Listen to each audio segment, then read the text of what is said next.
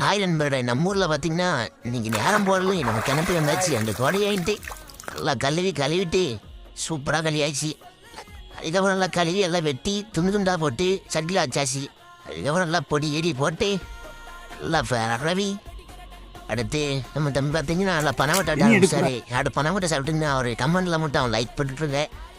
அடுத்து எல்லாம் விரவி எல்லாம் பனவலை தெரியுங்களா, பனவலை நல்லா விரவி காய வச்சாச்சு. அடுத்த நம்ம தீரெல்லாம் ரெடி பண்ணி சட்டி வச்சு நல்லா ஹீட்டான பிறவே நல்லா அப்படியே வரும். எண்ணெயை ஊற்ற வண்டி தான்.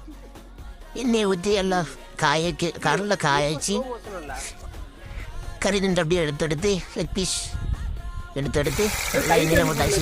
பார்த்தீங்களா, அப்படியே கருவேப்பிலாடி மண்டாவில் தூவி விட்டு நல்லா கறி இப்படி வந்து வரணும். இந்த பிஞ்சு நல்லா கறி எல்லாம் சூப்பராக இருந்துட்டு நம்ம நண்பர்கள் இப்போ லைக் போட்டுருவேன்.